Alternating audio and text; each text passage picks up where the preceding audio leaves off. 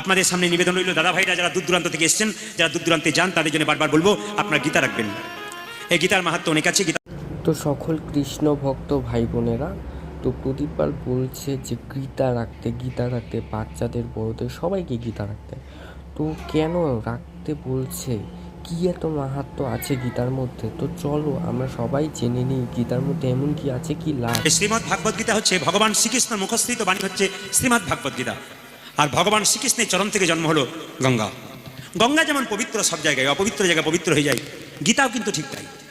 অনেকে প্রশ্ন করে গীতা পকেটে রাখবো, বাথরুম যাই, আমরা হোটেলে যাই, বিভিন্ন খাবার খাই, কি করব? উত্তরগুলো এখনই আপনাদের দিয়ে দিচ্ছি। গীতা আপনারা পকেটে রাখবেন, এটা পলিথিন দিয়ে, এটা গার্ডার দিয়ে বেঁধে রাখবেন। ধরুন আপনি রাধাকৃষ্ণের তিলক, রাধাকৃষ্ণের কি বলে লকেট পরেছেন, ওটাকে পরে আপনি পায়খানে যান না?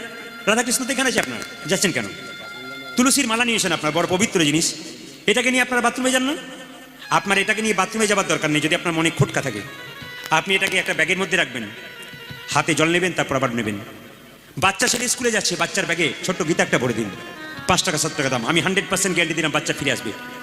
আপনি বৃষ্টি হচ্ছে, বজ্রপাত হচ্ছে, মা কি করছে, ছটফট করছে ঘর থেকে বেরোবার জন্য, বাচ্চা এলো না কেন, বাচ্চা এলো না, আপনার কোনো চিন্তা নেই, আপনি বাচ্চার ব্যাগে একটা গীতা রাখুন। আর বাচ্চা ছেলেরা যখন পড়াশোনা করতে বসবে, দাদা ভাইরা সবাই মাথায় রাখবেন, তখন বাচ্চাকে শিখিয়ে দেবেন একটা ব্যাগের মধ্যে গীতা রেখে পড়তে বসলে প্রথমে শ্রীমদ্ ভাগবত গীতাকে প্রণাম কর, হরে কৃষ্ণ মহামন্ত্র বল, তারপর পড়তে বস। আবার পড়া শেষ হলে আবার এটাকে প্রণাম করে হরে কৃষ্ণ মহামন্ত্র বলে তারপর দেখবেন ছেলেকে 4 ঘন্টা পড়তে হবে না, 2 ঘন্টাতে কাজ হবে। কৃষ্ণ কৃপা যদি কারো ভেতরে হয়ে যায়, তবে তার আর বেশি পড়াশোনা করতে হয় না, অল্পতেই হয়ে যায়। এই জন্য ছেলেদেরকে কৃষ্ণ ভক্ত তৈরি করবেন।